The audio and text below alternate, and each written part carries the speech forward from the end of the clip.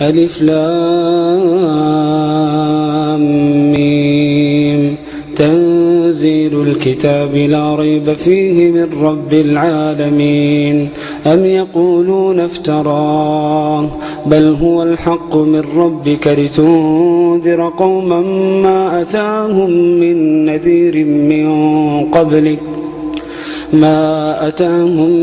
نذير من قبلك لعلهم يهتدون.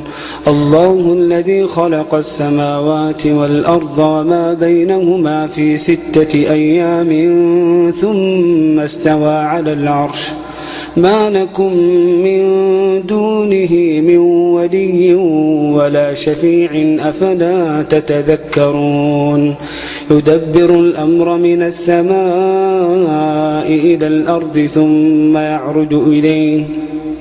ثم يعرج إليه في يوم كان مقداره 1000 سنة مما تعدون. ذلك عالم الغيب والشهادة العزيز الرحيم الذي أحسن كل شيء خلقه وبدأ خلق الإنسان من طين ثم جعل نسله من سلالة من ماء مهين ثم سواه ونفخ فيه من روحه وجعل لكم السمع والأبصار والأفئدة قليلا ما تشكرون.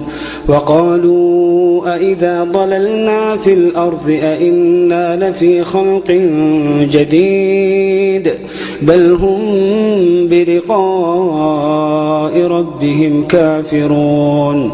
قل يتوفاكم ملك الموت الذي وكل بكم ثم إلى ربكم ترجعون. ولو ترى إذ المجرمون ناكسوا رؤوسهم عند ربهم ربنا أبصرنا وسمعنا فارجعنا نعمل صالحا إنا موقنون. ولو شئنا لآتينا كل نفس هداها ولكن حق القول مني لأملأن جهنم من الجنة والناس أجمعين. فذوقوا بما نسيتم لقاء يومكم هذا إنا نسيناكم وذوقوا عذاب الخلد بما كنتم تعملون. إنما يؤمن بآياتنا الذين إذا ذكروا بها خروا سجدا وسبحوا بحمد ربهم وهم لا يستكبرون.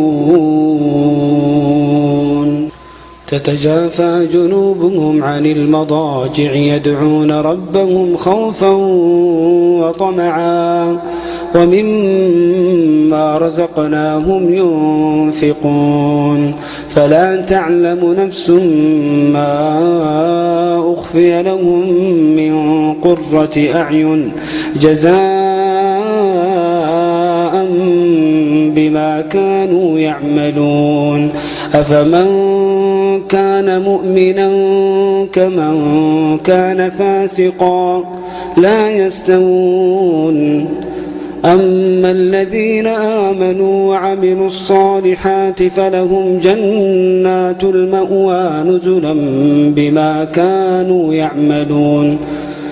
وأما الذين فسقوا فمأواهم النار كلما أرادوا أن يخرجوا منها أعيدوا فيها وقيل لهم ذوقوا عذاب النار الذي كنتم به تكذبون. ولنذيقنهم من العذاب الأدنى دون العذاب الأكبر لعلهم يرجعون ومن أظلم ممن ذكر بآيات ربه ثم أعرض عنها إنا من المجرمين منتقمون ولقد آتينا موسى الكتاب فلا تكن في مرية من لقائه وجعلناه هدى لبني إسرائيل وجعلنا منهم أئمة يهدون بأمرنا لما صبروا وكانوا بآياتنا يوقنون إن ربك هو يفصل بينهم يوم القيامة فيما كانوا فيه يختلفون أولم يهد لهم كم أهلكنا من قبلهم من القرون يمشون في مساكنهم إن في ذلك لآيات أفلا يسمعون أولم يروا أنا نسوق الماء إلى الأرض الجرز فنخرج به زرعا تأكل منه أنعامهم وأنفسهم أفلا يبصرون ويقولون متى هذا الفتح إن كنتم صادقين قل يوم الفتح لا ينفع الذين كفروا إيمانهم ولا هم ينظرون فأعرض عنهم وانتظر إنهم منتظرون